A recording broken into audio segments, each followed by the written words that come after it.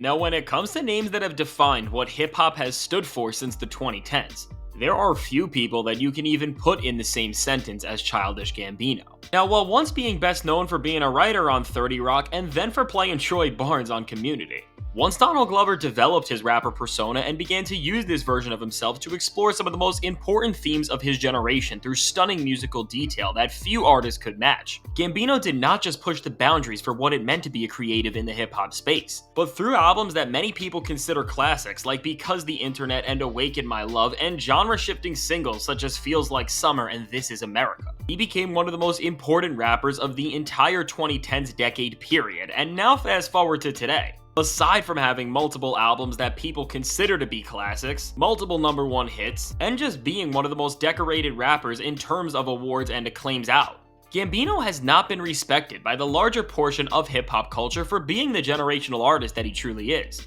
From being made fun of to this very day for not following so many of both the musical and stylistic choices that many try to shoehorn rappers into, to then questioning his place in hip-hop because of all of the risk-taking and genre-bending that he does. Despite everything he has done in his career, especially today, this has not stopped a large portion of hip-hop culture from questioning Childish Gambino's place in this genre, but despite people's own blindsidedness, this has not stopped Gambino from making a year as big as 2024 for rap music, a time where he is once again one of the major players in it, because at this point in his career, from finally completing his 2020 record 31520 and molding it into the vision he always wanted it to be in Atta Vista, to delivering infectious show-stopping features on a track like Kaytranada's Witchy, and even being a big part of the release for other rappers' monumental records like 21 Savage's American Dream. Gambino has shown the world that he has finally completed all of his side quests, and now he is committing back to the craft that he has been missing from. And now, while some rappers would do this much to build up hype for the future of their careers and reinstate themselves as an institution in the genre,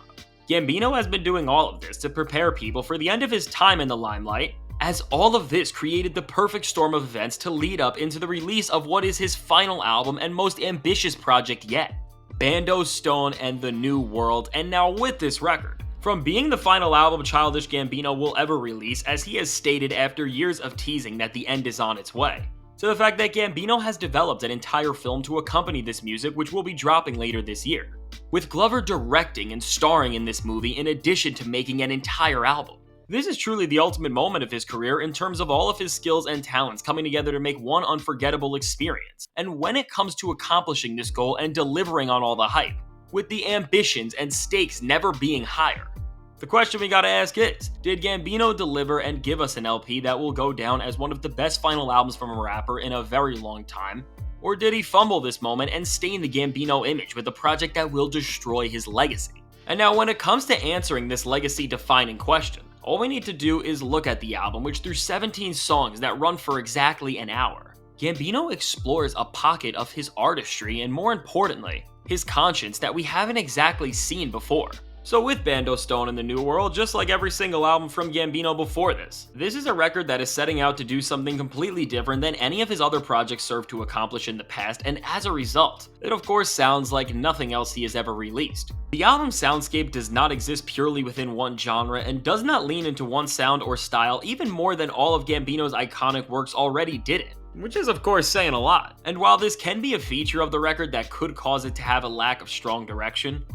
for an artist as versatile as Childish Gambino, creatively it energizes him to play within a musical sandbox that makes the record more dynamic than 99% of what else is being released in the entire music and hip-hop world. This is why the album opens up so incredibly, as from the experimental production and intense rapping on the intro track, to the larger-than-life ballad of Lithonia, to then the faint but soothing singing on Survive, Gambino immediately sets this venture up to only be bound by one thing, and that is his ability to take any creative risk he wants at any time and stand on the confidence of his own vision.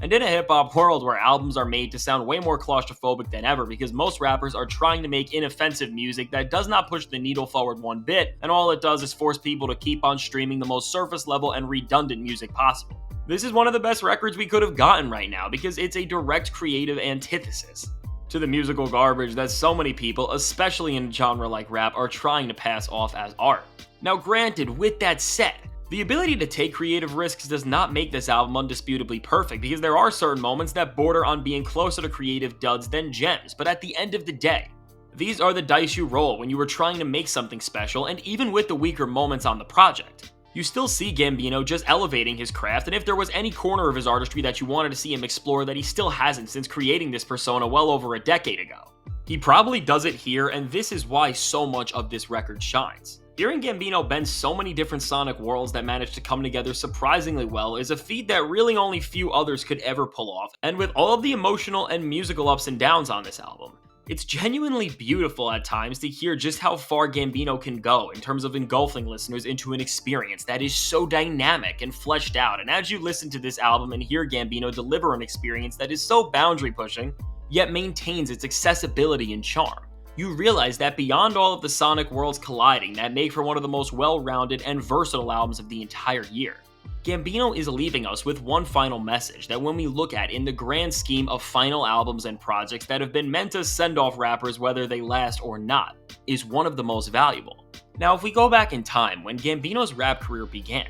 everything was always about proving that he can exist in the space known as hip-hop, and as he got deeper into his journey, while he eventually did get a lot of respect from the culture and some of his most respected peers, from major rappers who have called his most acclaimed works overrated, to fans who think he is way too unconventional to be one of the go-to rappers out, Gambino was never able to become the cultural staple that rappers like Drake, J. Cole, and Kendrick Lamar could, and while in 2013, this frustration may have resulted in him calling out Kendrick and Drake because he was trying to take the crown from them. At this point in his career and life, as the lead single which really serves as the vision statement to this entire album says in Lithonia, he has found out that none of this stuff matters as nobody cares, and while that may sound like a negative thing on the surface, it's actually quite beautiful when you realize Gambino has matured to the point where he isn't trying to move in a way that will make others appreciate him more, or that will boost his sales numbers the most, and at the end of the day, is simply creating music that will end this chapter of his life that has changed him forever in the most fulfilling way possible, and that is what this album is about.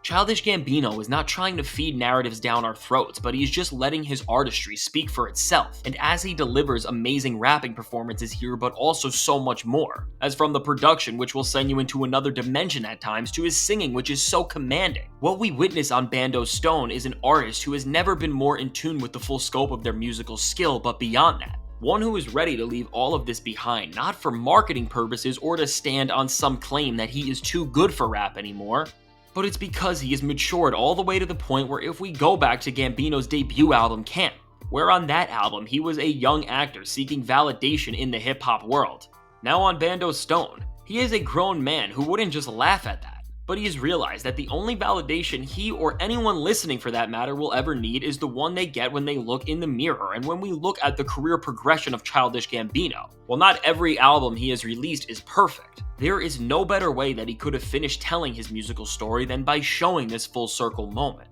And now with all that said, let me know, what do you think of Bando Stone in the New World? Because I seriously think this is a great album, and it definitely has a seat at the table when it comes to the Album of the Year conversation. Again, wait to hear what you have to say, and if you want to see why Drake just got even more petty by sabotaging Kendrick Lamar, Schoolboy Q, and more rappers from ever playing in his city again, check out the suggested video.